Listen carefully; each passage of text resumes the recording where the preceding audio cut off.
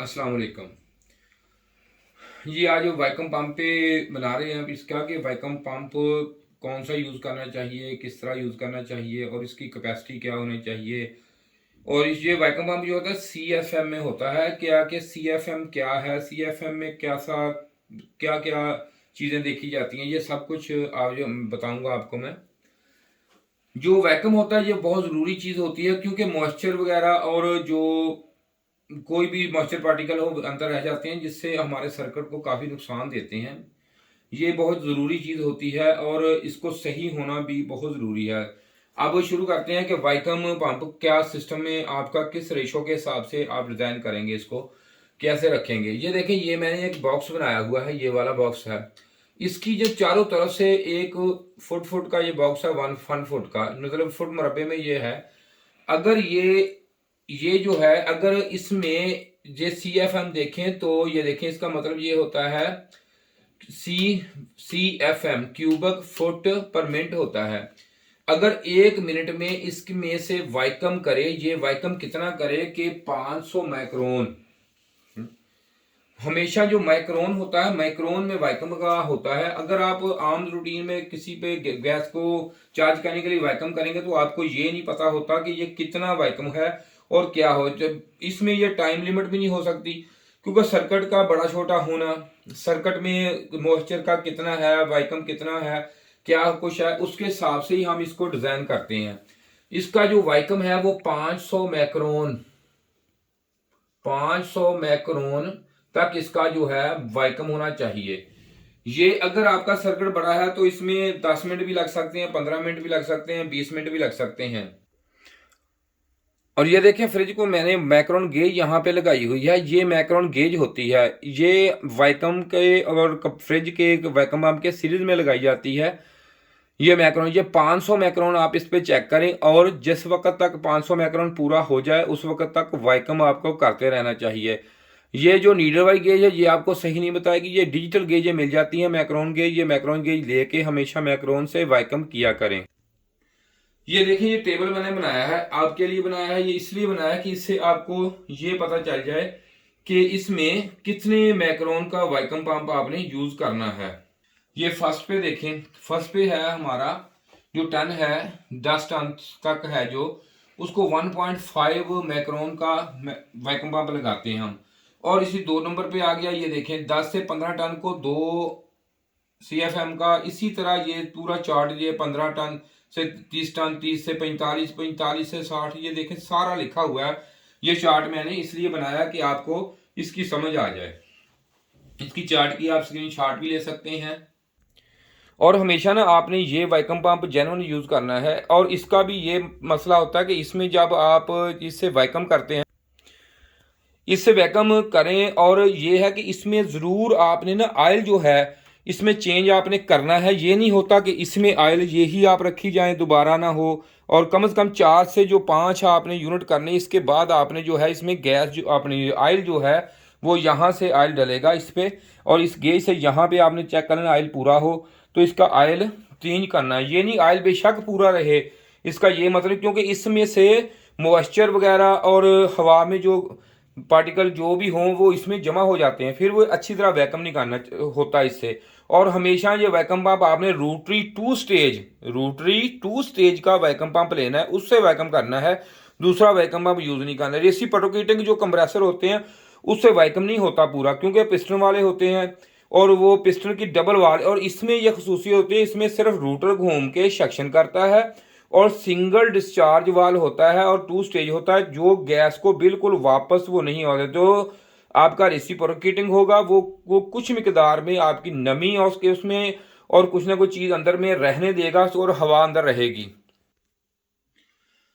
अगर आप इस टेबल के हिसाब से फ्रिज को, एयर कंडीशनर को सही वैक्यूम पंप यूज करते हैं तो इससे ये होगा कि आपका वैक्यूम पंप भी ज़्यादा देर तक चलेगा और इसमें लाइफ उसकी ज़्यादा हो जाएगी और सही काम करेगा। हमेशा यूज़ करें, क्योंकि वैक्यूम पंप अच्छा यूज़ करें और सही जेन्युइन वैक्यूम पंप यूज़ करें, जिससे आपको कंप्लेन नहीं आएगी। और आम ये एक बंदे ने बात की थी कि अगर आप छोटी मशीन को बड़ा वैक्यूम पंप लगा देंगे तो उसका ऑयल निकाल लेगा वो। ऐसी कोई बात नहीं होती, कोई ऑयल नहीं निकलेगा, बल्कि जल्दी वो उसको 500 माइक्रोन पर ले आएगा। और हमेशा जब छोटा वैक्यूम आप वो बड़ा यूनिट लगाएं, उसको बहुत ज्यादा टाइम लगेगा और ये ओवर हीट हो जाएगा। ओवर हीट होने की वजह से ज़ाहिर नुकसान होगा। इसलिए बड़ा अगर यूनिट आपका हो तो छोटा वैक्यूम अब यूज आप नहीं करना। अगर छोटा यूनिट हो तो बड़ा वैक्यूम अब यूज करके 500 माइक्रोन चेक करें, 500 हो गया तो ठीक हो जाएगा।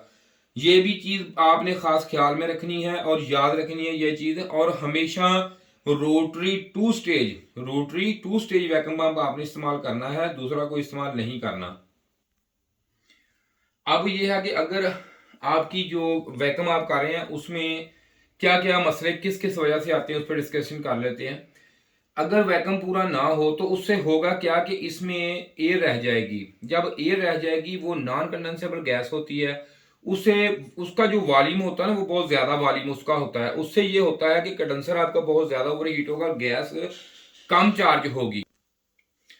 जी अब मैंने ना आपके आसानी के लिए यहाँ पे लिख दिया है, एक एक चीज लिख दिया है।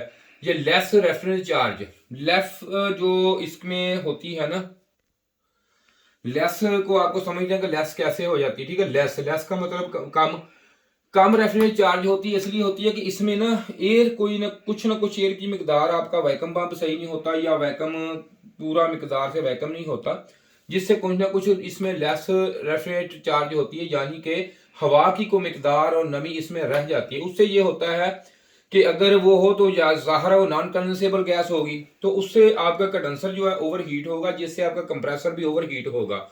बादुकात ये होता है कि कंप्रेसर में गैस चार्ज करते वक्त कंप्रेसर इतना हीट हो जाता है कि वो ट्रिप करना शुरू कर देता है और एम्पेयर बढ़ा देता है इसमें। तो ये बात एक चीज हमने ये वाली इसमें क्लियर कर दी। अब दूसरी, अब ये कंडेंसेबल गैस, ये पहले मैंने बता दिया ये वही चीज है, क्योंकि नॉन कंडेंसेबल गैस में रह जाएगी तो ये वही मसला हो जाएगा। ये भी आपका, ये दोनों एक ही तकरीबन चीज है, ये क्लियर आपकी हो गई। अब ये है, और ये कंडेंसर का प्रेशर जो ज्यादा होता है ना, ये इंक्रीज होता है, ये इसलिए होता है टेम्परेचर भी, ये भी यही वजह जो मैंने अभी आपको बताई है, इसकी भी यही वजह होती है, क्योंकि नॉन कंडेंसेबल गैस इसमें आ जाती है, जिसकी वजह से कंडेंसर ओवर हीट होता है, कंप्रेसर भी ओवर हीट हो जाता है, इसकी ये वजह होती है, और एम्पेयर भी बढ़ जाएंगे आपके। और इसके बाद ये भी हो गया, कंप्रेसर ओवर हीट भी हो गया, और ये हो गया। ये देखें अब लेस कूलिंग का आ गया।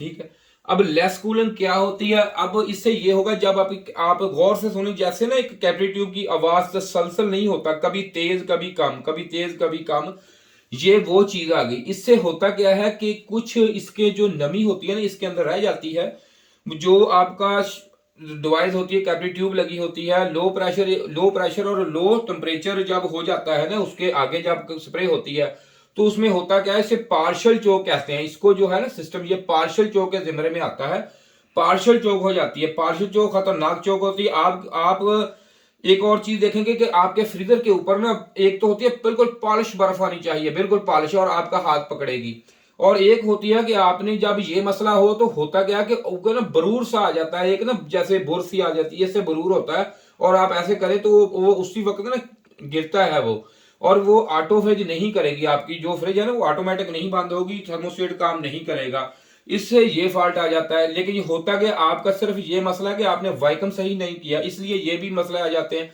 और कंडेंसर भी बादों का ये होता है कि आप देखते हैं कि होता क्या, आधा ऊपर से कंडेंसर गर्म और नीचे से ठंडा, यकदम ठंडा हो जाता है, और ये इसकी मतलब ये एक लाइन गर्म है और ये थोड़ी, और ये बिल्कुल याखुद ठंडी होगी, ये आम नॉर्मल जो टेम्परेचर होगा वो हो जाएगा, इससे ये मसला हो जाएगा।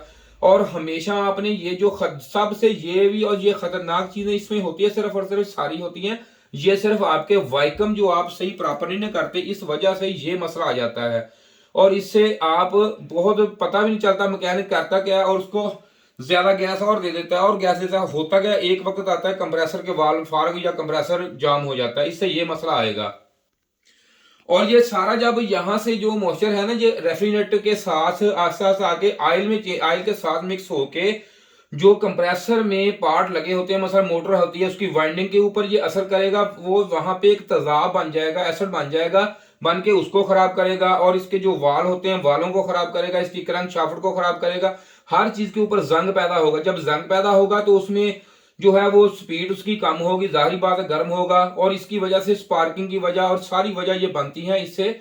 और ये एक और वजह बनती है, जब लोग गैस भी आप ज्यादा चार्ज कर देते हैं ना, वो वाइपर से ओवर हो जाती है, कैमुलेटर से जहां पे अगर सेक्शन में आनी शुरू हो जाए ना, उससे भी ये सारे मसले, ये वाले मसले बन जाते हैं। कंप्रेसर के ऊपर तेजाब की तरह वो असर करते हैं, वाइंडिंग पे, चीजों पे, सब कुछ ये होता है। और एक और चीज है, वाइकम इतना जो करते हैं, इसका क्या मकसद, क्या जरूरी क्या है। ये वाइकम में ये है कि अगर आप आम रूटीन में आप देखें ना, तो आपका जो बॉइलिंग पॉइंट है ना पानी का है, जो पानी है वो 100 सेंटीग्रेड, ठीक है जी, 100, ये मैं यहां लिख देता हूं, 100 सेंटीग्रेड पे जाके वो बॉयल हो जाता है, भाप में तब्दील हो जाता है। और जब हम इसे वाइकम करते हैं ना, इसको वाइकम करते हैं, वाइकम करने से ये होता है, ये बड़े काम की वीडियो पूरी देखें आप, इसको बड़ा फायदा आपका, आगे आपको बड़ी काम की बात बताने लगा हूं।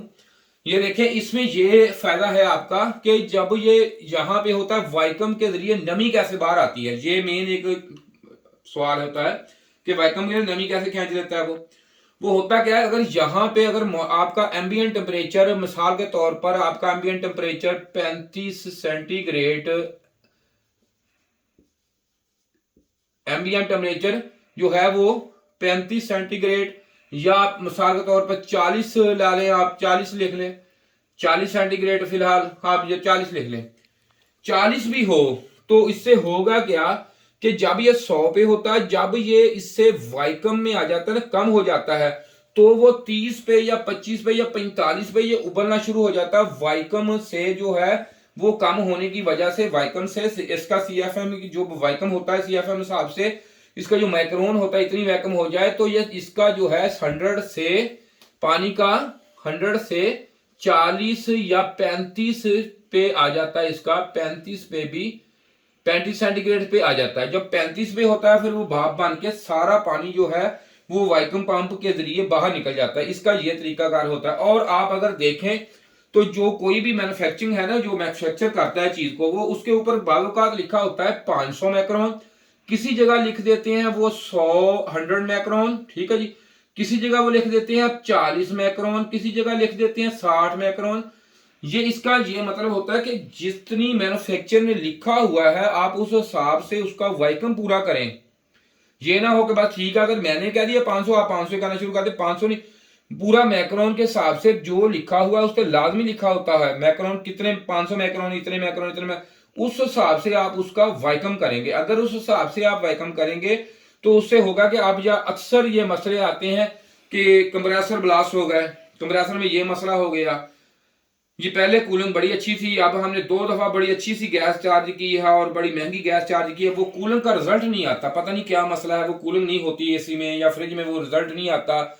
या पहले कस्टमर कहता था कि 1 घंटे में 2 घंटे में बर्फ जम जाती थी, आप 3 में भी नहीं जमती। और जब बर्फ जाए, वो बर्फ आप देखेंगे ना, एक बर्फ होती है बिल्कुल ऐसे, आप पानी डालें वो फट जाएगी बर्फ, ठीक है। एक बर्फ होती है झाग, सफेद सफेद सी बर्फ होती है, अजीब सी बर्फ होती है, ये भी उसका ही मसला है। इसमें आप जो वैक्यूम पूरा इसको देंगे तो कभी भी आपको ये कंप्लेन नहीं आएगी कि इसमें जो बर्फ है वो नहीं पूरी नहीं इसकी है। टेम्परेचर पूरा होना और बात है, और जो भी चीज का काम का होना, वो खाम का नहीं कहते कि जी 500 करें 200 करें, जो भी मैन्युफैक्चरिंग की डिमांड हो उसके मुताबिक अगर ज्यादा वैक्यूम कर ले तो फायदा, लेकिन कम ना होना चाहिए। अब एसी है, उसमें आप जो अगर किसी में R22 गैस हो इसमें, और अगर R410 गैस हो तो इसमें, और आपकी जो है वैक्यूम की CFM और होगा। इसलिए लाजमी मैक्रोन जो है, इसमें मैक्रोन के हिसाब से गैस चार्ज करें मेरा भाई, और करेंगे तो आपकी कंप्लेन खत्म हो जाएगी, जीरो कंप्लेन हो जाएगी।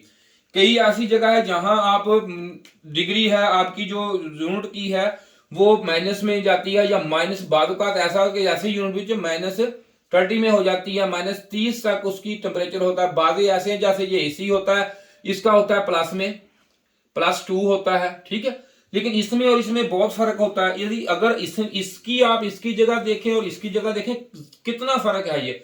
अगर इसको इस हिसाब से वैक्यूम करेंगे तो ये कभी नहीं काम करेगा। अगर इसका वैक्यूम अगर इसको दे देंगे तो ये काम कर जाएगा, कि इसका वैक्यूम के हिसाब से इसको करेंगे ये काम नहीं करेगा। इसलिए आप 2 स्टेज रोटरी वैक्यूम पंप इस्तेमाल करें और सही कैपेसिटी का यूज करें और सही यूज करें, ताकि कभी भी आपको इसकी कंप्लेन का सामना ना करना पड़े। मेरा ख्याल अच्छी तरह समझ आ गई होगी आपको। अगर आपको मेरी वीडियो पसंद आई है, इसे शेयर और लाइक जरूर करें और सब्सक्राइब चैनल हमारा जरूर करें। शुक्रिया जी, खुदा हाफिज।